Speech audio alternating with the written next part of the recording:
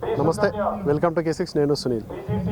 ఏదైతే తెలంగాణ రాష్ట్ర వ్యాప్తంగా కూడా మొత్తం తెలంగాణ రాష్ట్రంలో అన్ని జిల్లాలు మున్సిపల్ ఎన్నికల నేపథ్యంలో కూడా రేపు జరగబోయేటువంటి ఎన్నికలకు అధికార యంత్రాంగం సర్వం సిద్ధం చేయడం జరిగింది. అందులో భాగంగానే కూడా ఏదైతే ఆర్మూర్ మున్సిపల్ పరిధిలో మొత్తం 36 వార్డులకు గాను జరిగే ఎన్నికల నేపథ్యంలో కూడా ఆర్మూర్ పట్టణంలోని ప్రభుత్వ డిగ్రీ కళాశాల వేదిక అయింది. ఇక డిస్ట్రిబ్యూషన్ సెంటర్ ఎన్నికల సామాగ్రి పంపిణీ కేంద్రం వద్ద కూడా ఇప్పటికే అన్ని శాఖలకు సంబంధించిన ఉద్యోగులు కూడా ఈ ప్రాంతానికి చేరుకోవడం జరిగింది. ఇక్కడ నుంచి ఎన్నికల సామాగ్రి తీసుకొని ఆయా ప్రాంతాలు ఆర్మూర్ పట్టణంలో మొత్తం 36 వార్డులలో ఏర్పాటు చేసినటువంటి పోలింగ్ కేంద్రాలకు ఇక్కడ నుంచి సామాగ్రి తీసుకొని వెళ్ళడం జరుగుతోంది. అలాగే సుమారుగా 20 నుంచి 20 వేల మంది సిబ్బంది కూడా ఈ ఎన్నికల నేపథ్యంలో కూడా అధిక సిబ్బంది పనిచేస్తున్నట్టు కూడా తెలుస్తోంది. అందులో భాగంగానే కూడా ఒక డిగ్రీ కళాశాలలో పూర్తి అధికార యంత్రాంగం అధికారులకు సామాగ్రి పంపిణీ, పోలీస్ శాఖ ఎక్కడ ఎవరు విధులు నిర్వహించాలి, అలాగే అన్ని శాఖలకు సంబంధించినటువంటి ప్రజలు అప్రమత్తంగా ఉన్నారన్న సూచన సలహాలు చేయడం జరిగింది. మనం చూడడం జరుగుతోంది. ఇక్కడ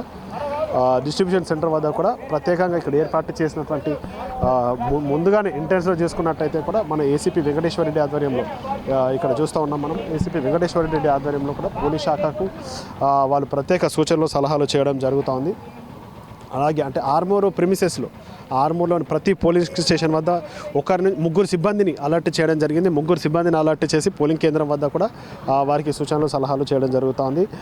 ఎవరు కూడా ఏం చేయాలి, ఏదైనా అవాంఛనీయ ఘటనలు జరిగితే ఎలా అప్రమత్తంగా ఉండాలి, బ్లూ కోట్కు అలాగే పోలీస్ సిబ్బందికి సమాచారం అందించాలి, దాంతోపాటు అల్లర్లు చేసే వారికి కూడా వారిని ఎప్పటికప్పుడు పోలీస్ స్టేషన్ తరలించేందుకు ఎలాంటి జాగ్రత్తలు చేపట్టాలి అన్న విషయాలను కూడా ఉన్నత స్థాయి అధికార యంత్రాంగం కూడా సిబ్బందికి సూచనలు సలహాలు చేయడం జరుగుతోంది.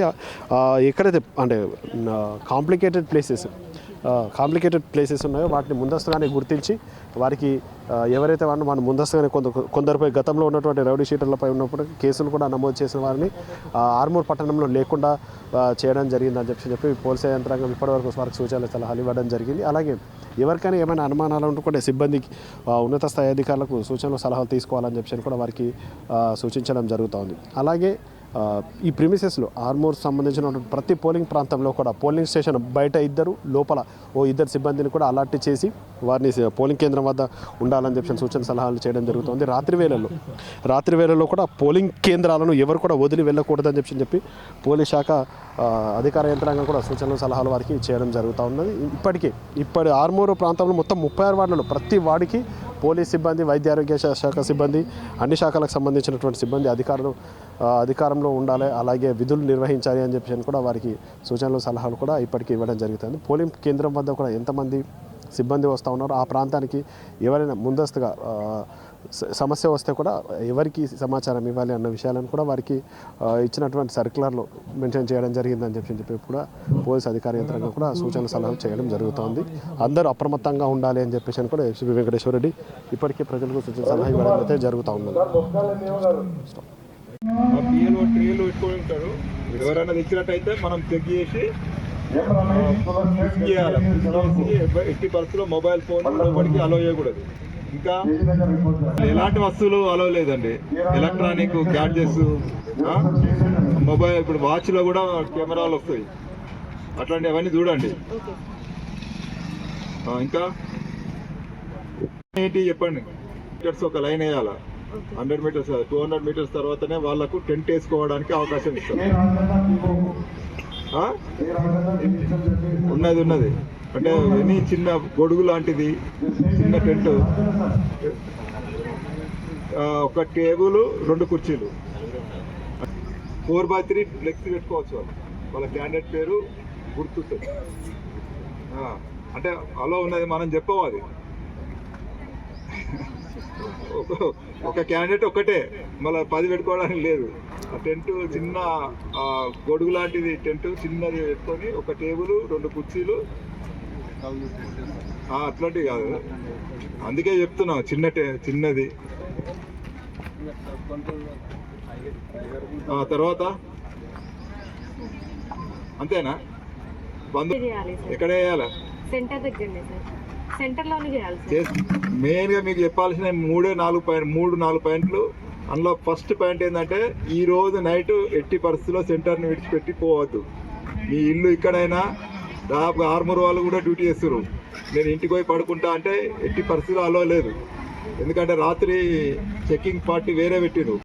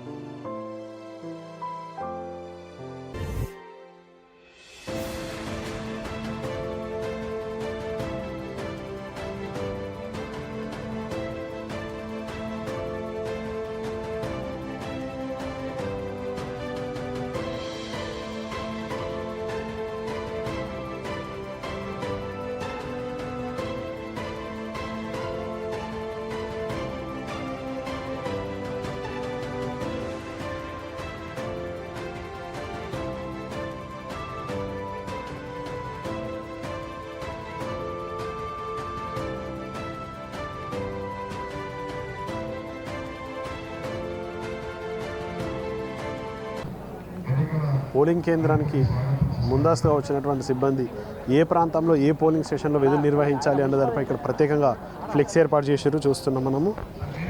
మొత్తం టీం నెంబర్కి సంబంధించినటువంటి వాళ్ళకు ఒక ముందస్తుగానే ఇచ్చినటువంటి ఉత్తర్వులు, ఈ ప్రాంతంలో వచ్చి రిపోర్ట్ చేయాలి, మీకు ఎక్కడ ఏ ప్రాంతంలో కూడా విధులు నిర్వహించాలి అన్న దానిపై కూడా ఇక్కడ ఫ్లెక్సీలో కూడా వాళ్ళకి ఏర్పాటు చేయడం జరిగింది. Polling booth, ward list, allotment polling station, అలాగే వాళ్ళకి టీం నెంబర్ ఎంతమంది ఒక్కొక్క పోలీస్ స్టేషన్లో సిబ్బంది ఉండాలి, అలాగే దానికి సంబంధించిన లోన్ పోలీస్ స్టేషన్ నెంబర్లో కూడా ఇక్కడ చూసుకున్న తర్వాత కూడా వాళ్ళకు ఆ ప్రాంతానికి వెళ్ళి ఆ కౌంటర్ వద్ద రిపోర్ట్ చేస్తే విధుల్లో ఇందు భాగంగా కూడా విధుల్లో వీళ్ళందరూ ఉండాల్సి వస్తుంది. కాబట్టి ఇక్కడ వచ్చినటువంటి వారు ఇక్కడ వారు చూసుకొని ఆ ప్రాంతానికి వెళ్ళి రిపోర్ట్ చేయడం జరుగుతున్నది.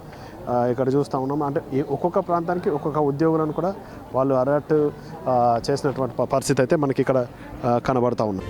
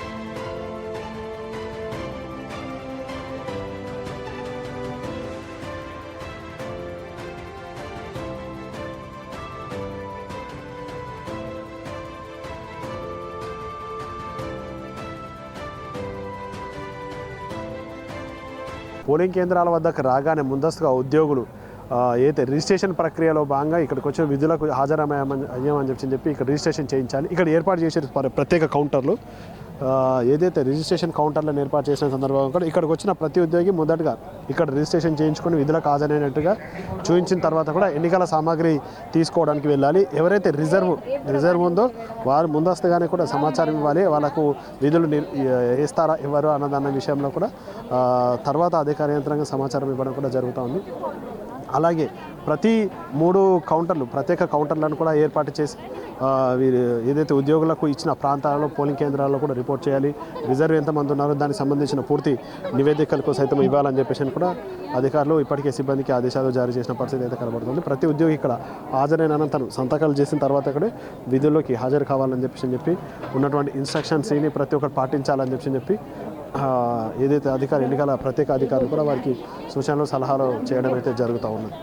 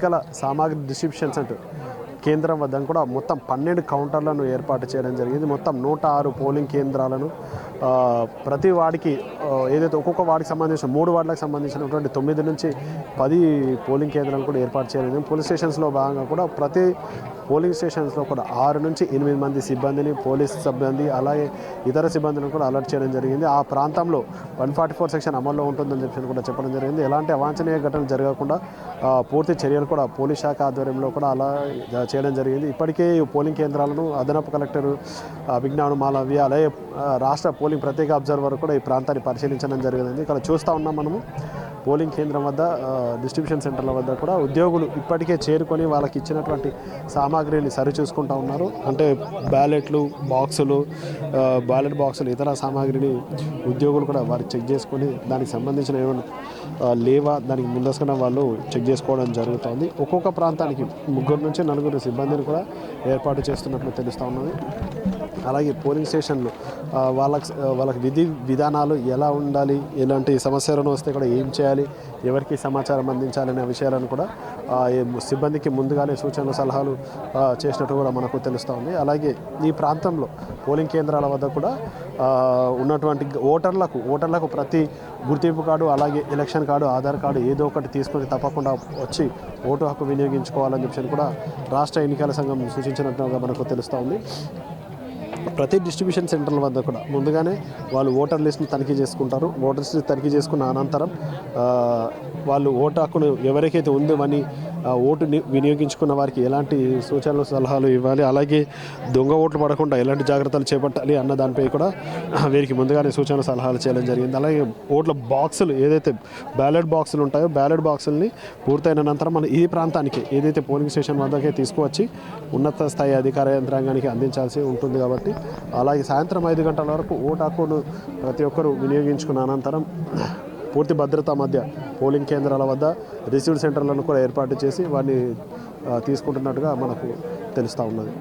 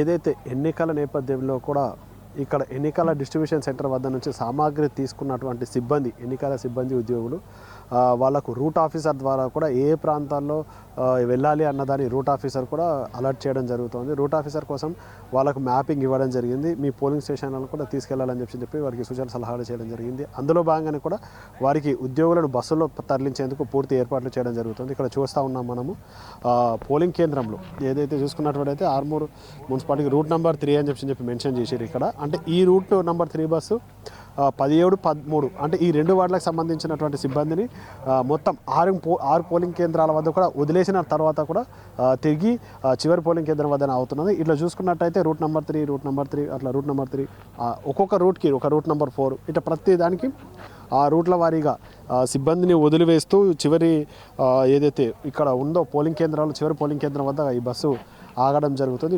ఇక్కడ చూడవుతుంది మొత్తం 18 బస్సులను ఇక్కడ ఏర్పాటు చేయడం జరిగింది. 18 బస్సులను ప్రత్యేకంగా 3 బస్సులు కూడా ఎక్స్ట్రా బస్సులు స్పేర్లో ఉంచారు. ఏదైనా సాంకేతిక సమస్యలు కనుక తలెత్తినా తీసుకెళ్ళడానికి కూడా ప్రత్యేకంగా ఇంకా 3 బస్సులను కూడా ఇక్కడ ఏర్పాటు చేయడం అయితే జరిగింది. ఎవరికైతే ప్రతి రూట్లో ఎన్నెన్ని పోలింగ్ స్టేషన్స్ ఉన్నాయో అన్ని పోలింగ్ స్టేషన్ తర్వాత సిబ్బందిని దింపేసి సామాగ్రి తీసుకున్న తర్వాత కూడా తిరిగి అదే చివరి ప్రాంతంలో కూడా ఆగి మళ్ళీ బస్సులను కూడా ఎవరైతే విధులు అయిపోయిన తర్వాత సాయంత్రం 5 తర్వాత ఎలక్షన్స్ అయిపోయిన తర్వాత దాన్ని సామాగ్రిని తీసుకొచ్చి ఈ రిసీవ్డ్ సెంటర్ వద్ద కూడా వారికి ఇచ్చేందుకు కూడా ఏర్పాట్లు చేసినట్టు కూడా మనకు తెలుస్తూ ఉంది. రూట్ ఆఫీసర్స్ మొత్తం ఎన్నికల సిబ్బంది 36 వార్డులలో జరిగేటువంటి మున్సిపల్ ఎన్నికల నేపథ్యంలో కూడా ప్రతి ఒక్కరూ తమ అమూల్యమైన ఓటు హక్కును వినియోగించుకోవాలని చెప్పి అధికార యంత్రాంగం కూడా ఏర్పాటు చేయడం జరిగింది. సుమారు 30 నుంచి 40 వేల మంది ఈ ఎన్నికల్లో సిబ్బంది పనిచేస్తున్నట్లుగా కనబడుతోంది. ఎవరైతే విధుల పట్ల గైర్హాజరైనా కానీ ఇటు పోలీస్ శాఖ ఆధ్వర్యంలో ఇటు ఉద్యోగులు కూడా ఎవరైనా విధులకు గైర్హాజరైతే సమాచారం ఇవ్వకుండా వారిపై కఠిన చర్యలు తీసుకుంటామని చెప్పి ఎన్నికల ప్రత్యేక అధికార యంత్రాంగం కూడా ముందస్తుగా సూచనలు ఇవ్వడం జరిగింది. అలాగే ఏ ప్రాంతంలో అయినా సరే అవాంఛనీయ ఘటనలు జరగకుండా పోలీస్ శాఖ అప్రమత్తంగా ఉంది. ఆర్మూర్ ప్రాంతంలో ప్రశాంతకరమైన వాతావరణంలో ఎన్నికలు జరిపేందుకు అధికార యంత్రాంగం అయితే పూర్తి ఏర్పాట్లు చేస్తున్నట్టయితే మనకు తెలుస్తోంది. ఇది ఆర్మూర్ ప్రాంతంలో ఎన్నికల డిస్ట్రిబ్యూషన్ సెంటర్ నుంచి K6 అందిస్తున్న ప్రత్యేక కార్యక్రమం. నిరంతరం చూస్తూనే ఉండే K6 కెమెరామెన్ అజయ్తో సునీల్ K6 ఛానల్ ఆర్మూర్ నుంచి.